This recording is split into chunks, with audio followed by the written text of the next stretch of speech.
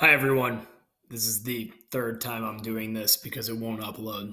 So bear with me. I'm at my mom's house recording a video. Figured I'd get out of my condo. I'll give you a quick tour of the place where I grew up.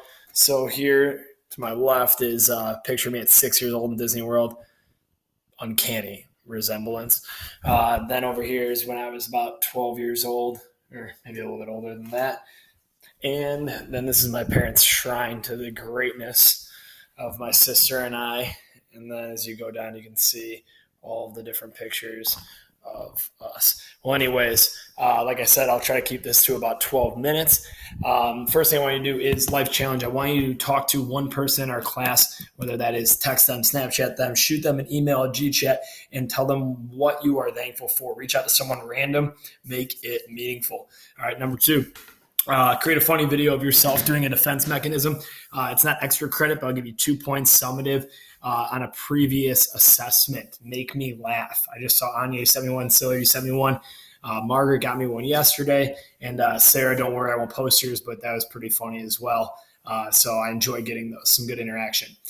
So make sure you have this handout open. You can fill this out. I actually filled out quite a bit of it for you, but I made a copy of it and fill it out as you go. And then after this presentation, make sure you do the Google form. Hopefully I got to see you guys today or tomorrow on Zoom. All right, so first thing we're going to talk about is the people came after Freud. So Freud was psychoanalysis. He was very much so about like how our sex and aggression, our unconscious motivations drive us to do everything we do. And so Carl Jung, Alfred Adler, and Karen Horney, making sure not to have Freudian slip there, talked about these ideas that they agreed with Freud, but they were a little bit different. And so as we go through these, I'm going to skip a few slides. You can reference back to them. They agreed with Freud's idea that there's an unconscious motivation that drives us, as well as our defense mechanisms. They do play a role in our daily lives. I think you guys have probably noticed those. Emily Spiegel just sent me a nice email talking about her denial. And I've noticed them in the last couple of days, things that I do where I rationalize things or I displace my frustration. Check out my Instagram or my new TikTok for a video that Emmett Wilson, Abby, and Michaela helped me with. But this is where they disagreed. They disagreed with Freud in that we are not driven by sex and aggression. And they each had their different ideas where they essentially were like, Freud, we like where you're going with this, but you're a little too kooky for us. And so we're going to go through each of these people. So the first person was Carl Jung. And so he believed in this idea of a collective unconscious, collective meaning all of us, everyone in the world. And we have this unconscious storage of knowledge that gets passed down from generation to generation. And essentially he thought of these ideas that we have these archetypes, these specific types of people that are just always prevalent in no matter what culture you go into. And this is very apparent when you look at specific types of movies. Think of Shrek, think of Finding Nemo, think of James Bond. And so we always have essentially the godly figure. Every culture kind of has a god. There's the motherly figure that takes care of others, watches out for each other. Think of that in like James Bond, M in the movie. And then there's always the hero, the person that's going to save the day, the villain. There's always the Joker, the person that's always the comedian. Think of in Shrek, the donkey. And so this kind of relates to every aspect of our lives. So Jung thought that this collective unconscious is passed down through each generation, and this is how we know how to behave, that we're all cultures are a little bit similar. So next I want you to think about your birth order. Are you the firstborn? Are you the youngest? Are you the middle? Are you the only child? And then what I want you to do is I want you to describe yourself on your sheet of paper right now or on the Google Doc in terms of your self-descriptors, academics, positive, negative attributes, introvert, extrovert, relationship with others. So pause. All right, we're back. So Alfred Adler thought of this idea that birth order really matters. And so you can look at the descriptors for firstborn, middle, last, or the only child. I want you to look on here and see if you agree or disagree with these. Then what I want you to do is I want you to describe people in your family and think about your own siblings or your friends' siblings. And think about how the firstborn, middle, or lastborn, or the only child, do they typically have these tendencies? And so essentially Adler talked about this idea of compensation. We try to compensate for things we don't have. Essentially, If someone's like small or skinny or short, they might compensate by getting in a lot of fights to show their toughness, to show how strong they are. And so we compensate in a lot of ways. And so this is like the idea of the inferiority complex. Think of Napoleon. The idea of the Napoleon complex is that if you're small, you want to get in fights. It's you want to prove that you have this might and this muscle. That was the idea of like Napoleon wanting to conquer the world because he was small. Not really a true story, but that's kind of the idea. So think about birth order related to Alfred Adler. Next is Karen Horney. And so she completely disagreed with Freud in that Freud was all, again, about the sex and aggression, but he also was like the males are the dominant, muscular, strong figures within society, and women, they just kind of follow along for the ride. Well, Horney completely disagreed with this. She looked at Freud's idea of penis envy that Freud said women have, and she goes, no. I think it's more about womb envy. We can have kids and you can't, and you actually envy that about us. So she was essentially the idea. She was a feminist psychologist, one of the very first ones. All right, next thing is projective tests. So first example is a Rorschach inkblot test. So if you looked at this picture, I want you to pause it and write down what you see on your handout.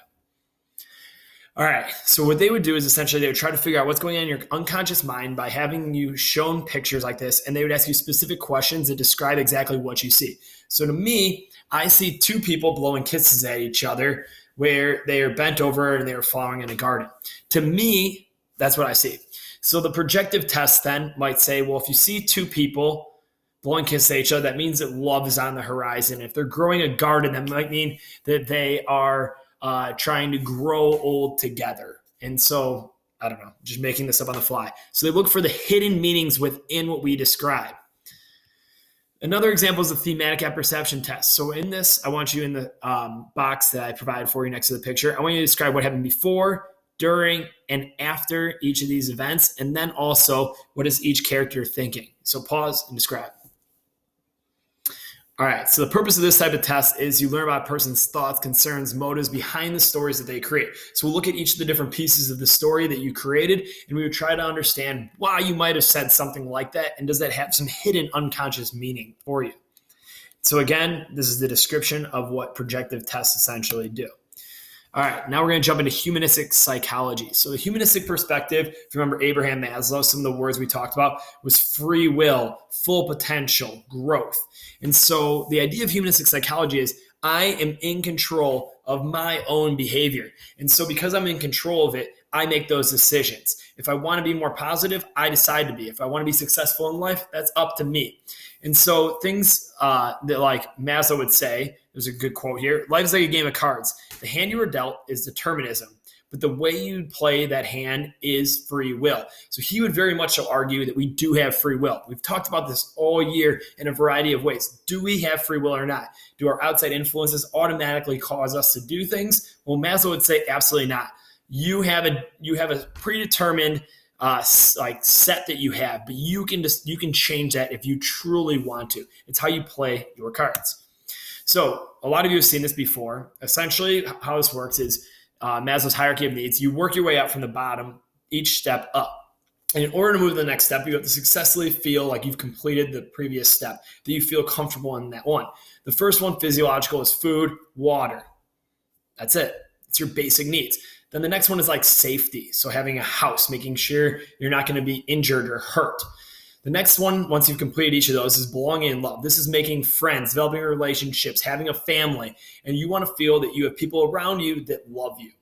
Once you've completed that stage, then you can feel good about yourself. This is your esteem. You feel like you've completed things. You found achievement. You're independent from others.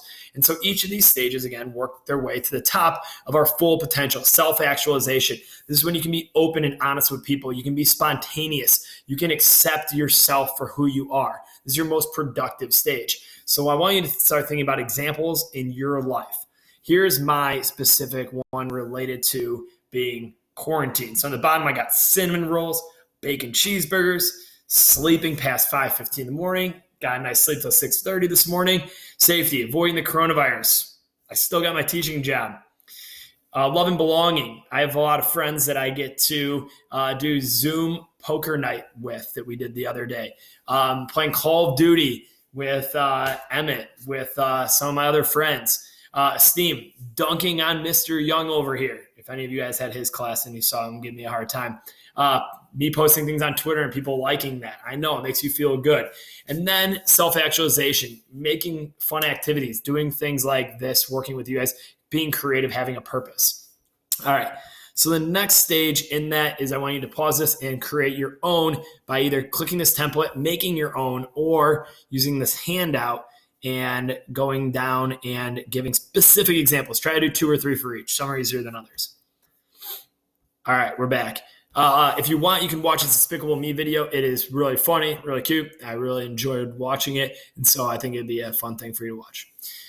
All right, the next one that we're going to talk about, if you want to apply some of these examples, you can. All right, next is Carl Rogers. So Carl Rogers had this idea of client-centered or person-centered therapy. And so this is where you want to relate to the person as much as you possibly can. And if you can relate to them and you can be genuine towards them, drop your facade, not act like you're someone that you're not, you can accept them no matter what. This idea of unconditional positive regard is a vocabulary that's really important.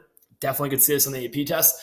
Unconditional positive regard is you are going to hold someone positively in your regard no matter what. No conditions asked. There's no judgments. You're going to care about them and accept them no matter what. So think about when one of your friends, you tell them a lie and they still love you and they still care about you. Your parents, you miss a curfew. They're really upset with you, but they still love you no matter what you did wrong.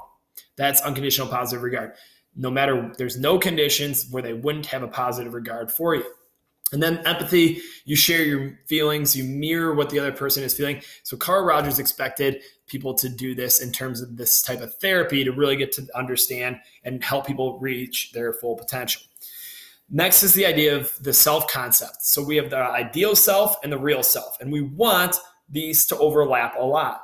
And so essentially our ideal self is essentially the idea that we are going to try to be this type of person. Our real self is how we actually see ourselves. And so the farther they are apart, the less self-esteem to more self-esteem. So what I want you to do is on your handout, I want you to list things on your ideal self, your real self, and then try to write things in the middle. And so I actually did this. So pause it and go ahead and do that. All right, so here are my examples. My real self, I sometimes worry about what others think too much. I tend to procrastinate.